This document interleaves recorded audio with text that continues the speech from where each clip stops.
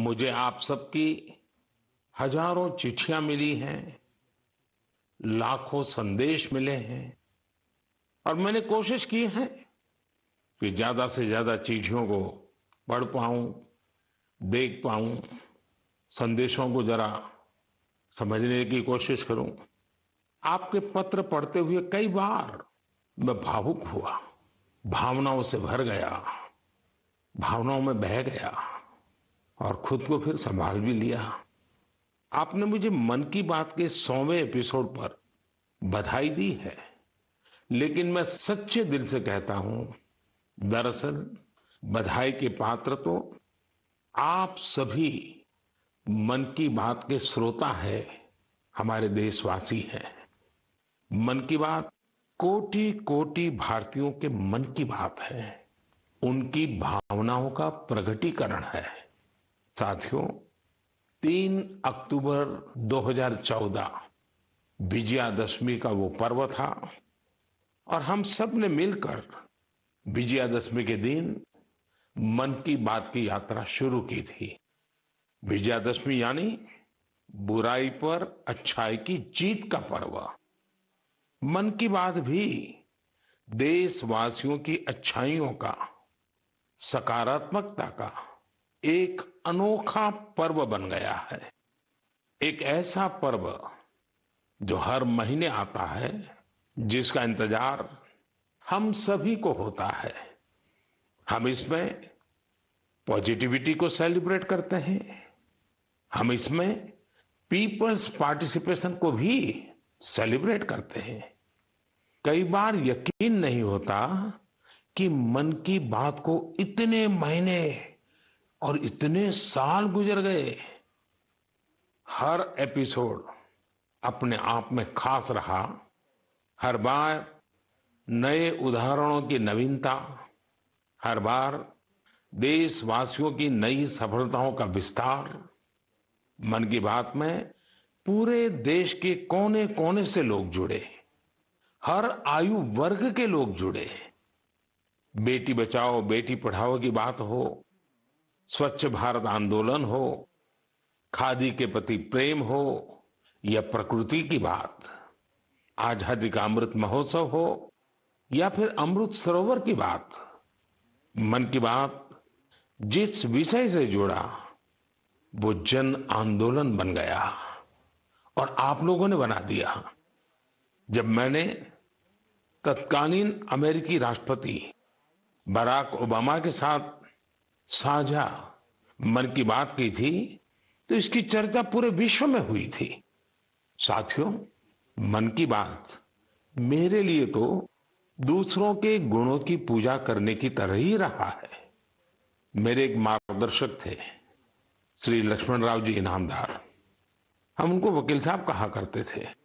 वो हमेशा कहते थे कि हमें दूसरों के गुणों की पूजा करनी चाहिए। सामने कोई भी हो, आपके साथ का हो, आपका विरोधी हो, हमें उसके अच्छे गुणों को जानने का, उनसे सीखने का प्रयास करना चाहिए। उनकी इस बात ने मुझे हमेशा प्रेरणा दी है। मन की बात दूसरों के गुणों से सीखने का बहुत बड़ा माध्यम बन गई है। मेरे प्यारे देशवासियों, इस कार्यक्रम ने मुझे कभी भी आपसे दूर नहीं होने दिया। मुझे याद है, जब मैं गुजरात का मुख्यमंत्री था तो वहां सामान्य जन से मिलना जुलना स्वाभाविक रूप से हो ही जाता था। मुख्यमंत्री का कामकाज और कार्यकाल ऐसा ही होता है, मिलने जुलने के अवसर बहुत मिलते रहते हैं। लेकिन 2014 में दिल्ली आने के बाद मैंने पाया कि यहां का जीवन तो बहुत ही अलग है। काम का स्वरूप अलग, दायित्व अलग, स्थितियां परिस्थितियों के बंधन, सुरक्षा का तामझाम, समय की सीमा। शुरुआती दिनों में कुछ अलग महसूस करता था, खाली खाली सा महसूस करता था। 50 साल पहले मैंने अपना घर इसलिए नहीं छोड़ा था कि एक दिन अपने ही देश के लोगों से संपर्क ही मुश्किल हो जाएगा। जो देशवासी मेरा सब कुछ है, मैं उनसे ही कट करके जी नहीं सकता था। मन की बात ने मुझे इस चुनौती का समाधान दिया, सामान्य मानवी से जुड़ने का रास्ता दिया। पदभार और प्रोटोकॉल व्यवस्था तक ही सीमित रहा और जनभाव कोटि कोटि जनों के साथ मेरे भाव विश्व का अटूट अंग बन गया। हर महीने मैं देश के लोगों के हजारों संदेशों को पढ़ता हूं। हर महीने मैं देशवासियों के एक से एक अद्भुत स्वरूप के दर्शन करता हूं। मैं देशवासियों के तप त्याग की पराकाष्ठा को देखता हूं, महसूस करता हूं। मुझे लगता ही नहीं है कि मैं आपसे थोड़ा भी दूर हूं।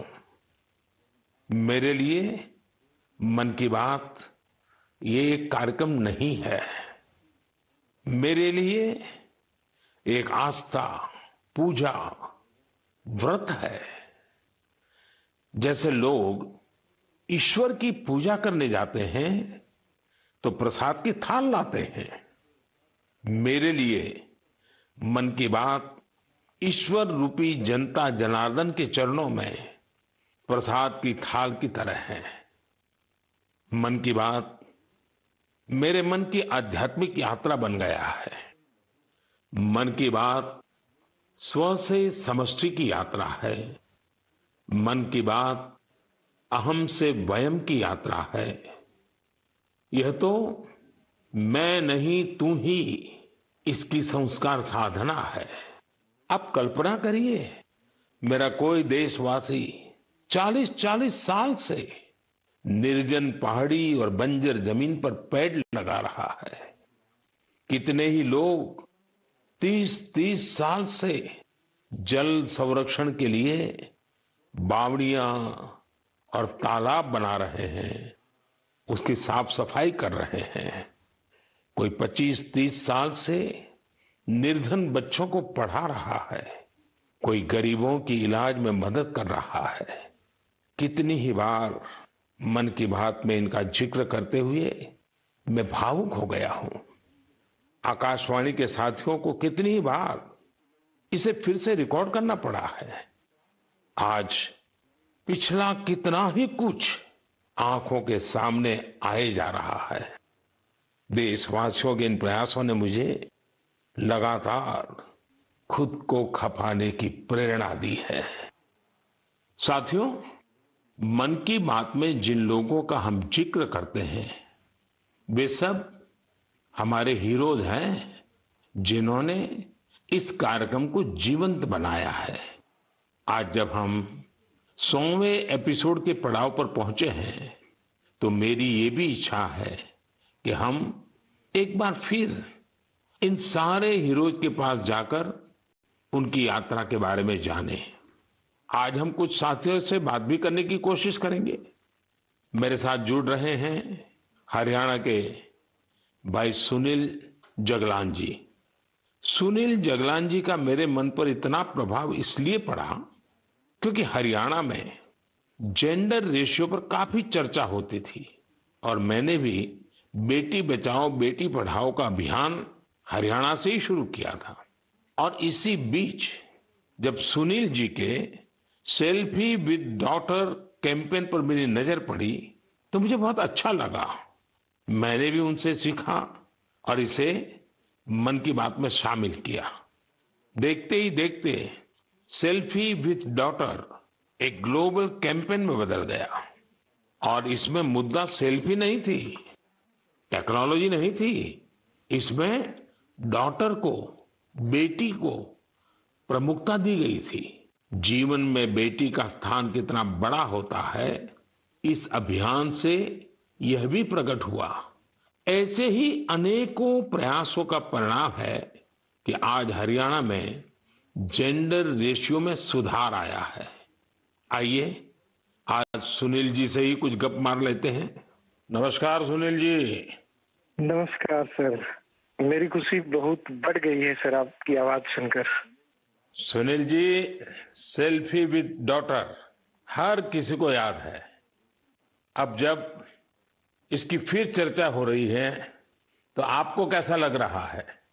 प्रधानमंत्री जी, ये असल में आपने जो हमारे प्रदेश हरियाणा से पानीपत की चौथी लड़ाई बेटियों के चेहरे पे मुस्कुराहट लाने के लिए शुरू की थी, जिसे आपके नेतृत्व में पूरे देश ने जीतने की कोशिश की है, तो वाकई ये मेरे लिए और हर बेटी के पिता और बेटियों को चाहने वालों के लिए बहुत बड़ी बात है। सुनील जी, अब आपकी बिटिया कैसी है? आजकल क्या कर रही है? जी, मेरी बेटियां नंदनी और याचिका हैं। एक 7th क्लास में पढ़ रही है, एक 4th क्लास में पढ़ रही है और आपकी बड़ी प्रशंसक हैं। उन्होंने आपके लिए थैंक यू प्राइम मिनिस्टर करके अपने क्लासमेट्स जो हैं लेटर भी लिखवाए थे असल में। वाह वाह वाह वाह। अच्छा, बिटिया को आप मेरा और मन की बात के श्रोताओं का खूब सारा आशीर्वाद दीजिए।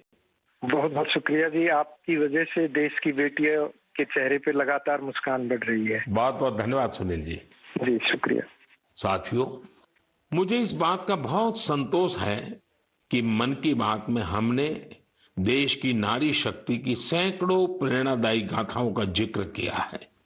चाहे हमारी सेना हो या फिर खेल जगत हो, मैंने जब भी महिलाओं की उपलब्धियों पर बात की है उसकी खूब प्रशंसा हुई है। जैसे हमने छत्तीसगढ़ के देउर गांव की महिलाओं की चर्चा की थी। ये महिलाएं स्वयं सहायता समूहों के जरिए गांव के चौराहों, सड़कों और मंदिरों की सफाई के लिए अभियान चलाती हैं। ऐसे ही तमिलनाडु की वो आदिवासी महिलाएं जिन्होंने हजारों इको फ्रेंडली टेराकोटा कप्स निर्यात किए, उनसे भी देश ने खूब प्रेरणा ली। तमिलनाडु में ही 20,000 महिलाओं ने साथ आकर वेल्लोर में नाग नदी को पुनर्जीवित किया था। ऐसे कितने ही अभियानों को हमारी नारी शक्ति ने नेतृत्व दिया है और मन की बात उनके प्रयासों को सामने लाने का मंच बना है। साथियों, अब हमारे साथ फोन लाइन पर एक और सज्जन मौजूद है। इनका नाम है मंजूर अहमद। मन की बात में जम्मू कश्मीर की पेंसिल स्लेट्स के बारे में बताते हुए मंजूर अहमद जी का जिक्र हुआ था। मंजूर जी, कैसे हैं आप? थैंक यू सर, बड़े अच्छे से है सर। मन की बात के इस 100वें एपिसोड में आपसे बात करके मुझे बहुत अच्छा लग रहा है। Thank you sir. अच्छा, ये पेंसिल स्लेट्स वाला काम कैसा चल रहा है? बहुत अच्छे से चल रहे हैं सर, बहुत अच्छे से। जब से सर आपने हमारी बात मन की बात में कही सर, तब से बहुत काम बढ़ गया सर, और दूसरों को भी रोजगार यहाँ बहुत बड़ा है इस काम में। कितने लोगों को अब रोजगार मिलता होगा? अभी मेरे पास 200 प्लस है। अरे वाह। मुझे बहुत खुशी हुई। जी सर, जी सर। अभी 1-2 महीने में अभी मैं इसको एक्सपांड कर रहा हूँ कि और 200 लोगों को रोजगार बढ़ जाएगा सर। वाह वाह वाह। देखिए मंजूर जी, जी सर, मुझे बराबर याद है, और उस दिन आपने मुझे कहा था कि एक ऐसा काम है जिसकी न कोई पहचान है, न स्वयं की पहचान है, और आपको बड़ी पीड़ा भी थी, और इस वजह से आपको काफी बड़ी मुश्किलें होती थी, वो भी आप कह रहे थे। लेकिन अब तो पहचान भी बन गई और 200 से ज्यादा लोगों को रोजगार दे रहे हैं। जी सर, जी सर।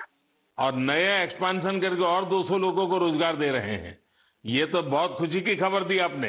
एवं सर, यहाँ पे जो फार्मर है सर, उनका भी बहुत बड़ा इसमें फायदा मिला सर। तब से 2000 का ट्री बेचते थे, अभी वही ट्री 5000 तक पहुँच गया सर। इतनी डिमांड बढ़ गई सर इसमें तब से, और अपनी पहचान भी बन गई। इसमें बहुत से आर्डर है अपने पास सर। अभी मैं आगे 1-2 महीने में और एक्सपेंड करके और 2-250 गाँव में जितने भी लड़के लड़की हैं इसमें एडजस्ट हो सकता है, उनका भी रोजी रोटी चल सकता है सर। देखिए मंजूर जी, वोकल फॉर लोकल की ताकत कितनी जबरदस्त है, आपने धरती पर उतार के दिखा दिया है। जी सर, जी सर। मेरी तरफ से आपको और गांव के सभी किसानों को और आपके साथ काम कर रहे हैं सभी साथियों को भी मेरी तरफ से बहुत बहुत शुभकामनाएं हैं। धन्यवाद भैया। धन्यवाद सर। साथियों, हमारे देश में ऐसे कितने ही प्रतिभाशाली लोग हैं जो अपनी मेहनत के बलबूते ही सफलता के शिखर तक पहुंचे हैं।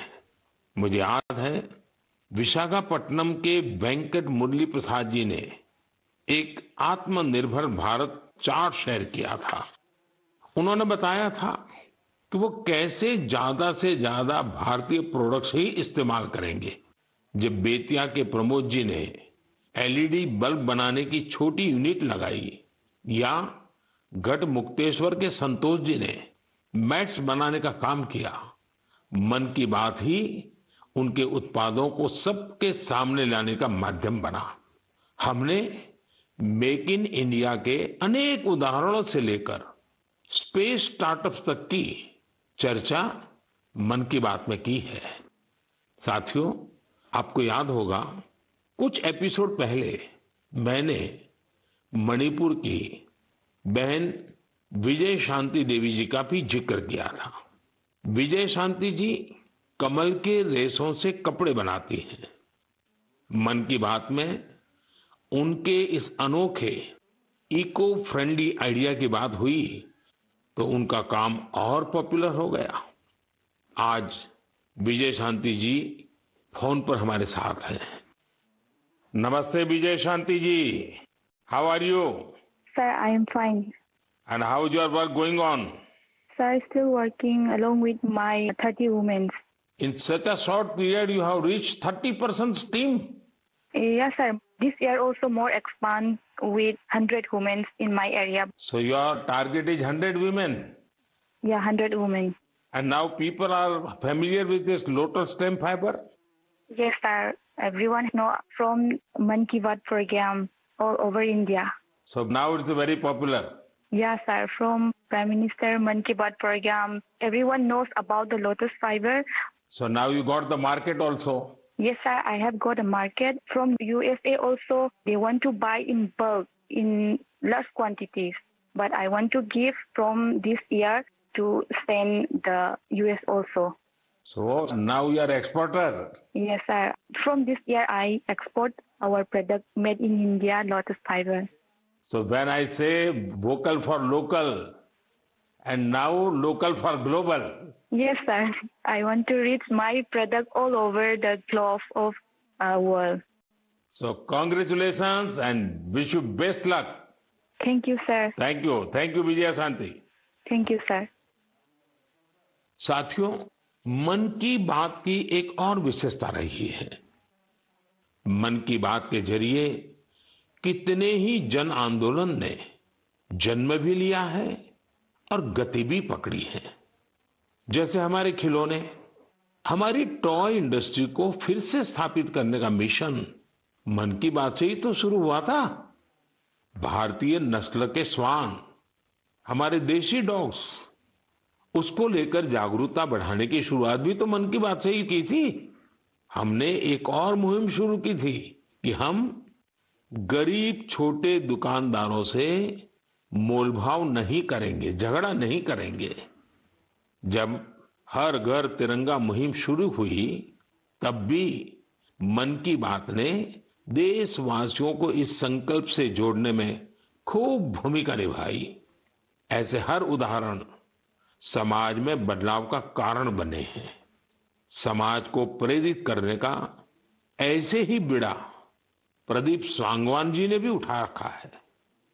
मन की बात में हमने प्रदीप सांगवान जी की हीलिंग हिमालयज अभियान की चर्चा की थी।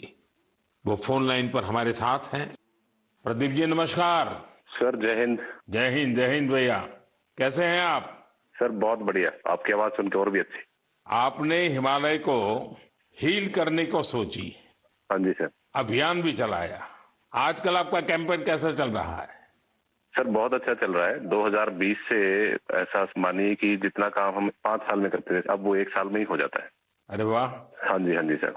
शुरुआत बहुत नर्वस हुई थी, बहुत डर था इस बात को लेके कि जिंदगी भर ये कर पाएंगे नहीं कर पाएंगे, पर थोड़ा सपोर्ट मिला और 2020 तक हम बहुत स्ट्रगल भी कर रहे थे। ऑनेस्टली लोग बहुत कम जुड़ रहे थे, बहुत सारे ऐसे लोग थे जो कि सपोर्ट नहीं कर पा रहे थे, हमारी मुहिम को इतना तवज्जो भी नहीं दे रहे थे। बट 2020 के बाद जब मन की बात में जिक्र हुआ, उसके बाद बहुत सारी चीजें बदल गई। मतलब पहले हम साल में 6-7 क्लीनिंग ड्राइव कर पाते थे, 10 क्लीनिंग ड्राइव कर पाते थे। आज की डेट में हम डेली बेसिस पे 5 टन कचरा इकट्ठा करते हैं अलग अलग लोकेशन से। अरे वाह।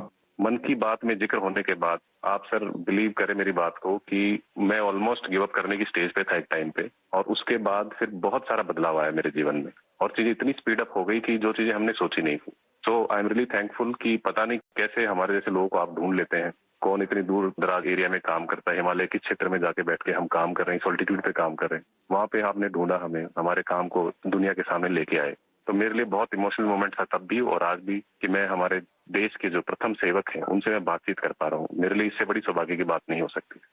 प्रदीप जी, आप तो हिमालय के चोटियों पर सच्चे अर्थ में साधना कर रहे हैं और मुझे पक्का विश्वास है अब आपका नाम सुनते ही लोगों को याद आ जाता है कि आप कैसे पहाड़ों की स्वच्छता अभियान में जुड़े हैं।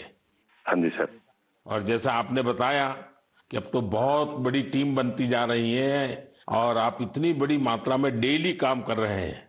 हाँ जी सर। और मुझे पूरा विश्वास है कि आपके इन प्रयासों से, उसकी चर्चा से अब तो कितने ही पर्वतारोही स्वच्छता से जुड़े फोटो पोस्ट करने लगे हैं।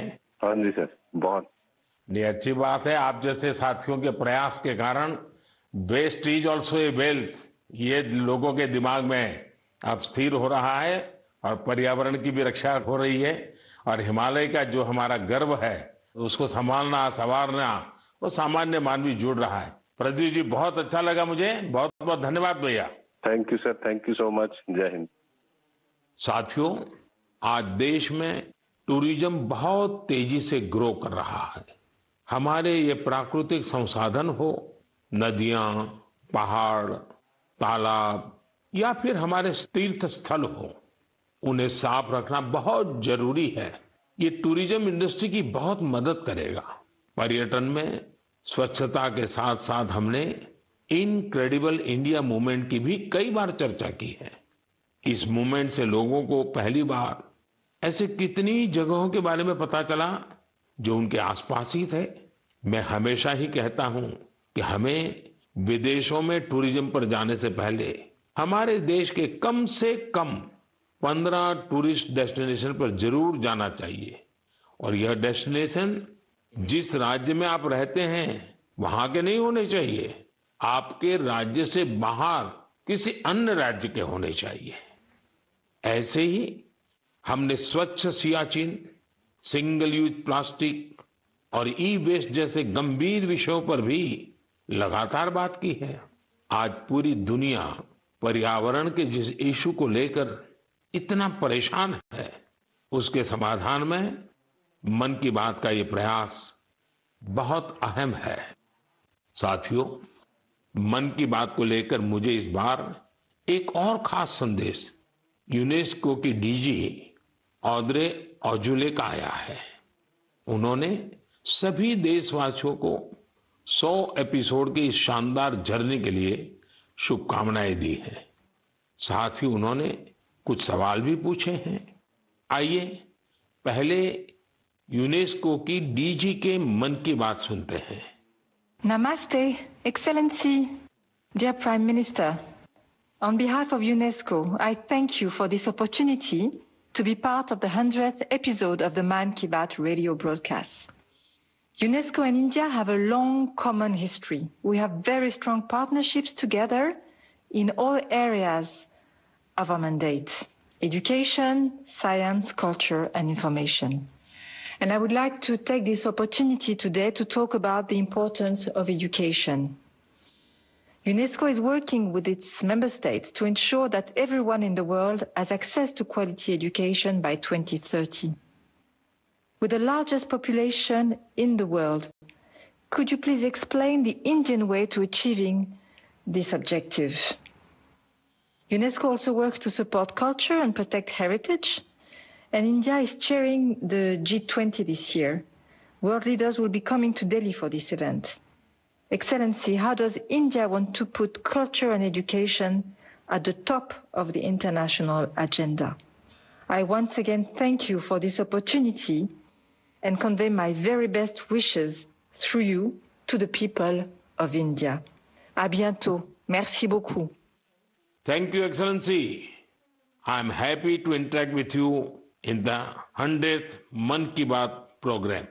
I'm also happy that you have raised the important issues of education and culture.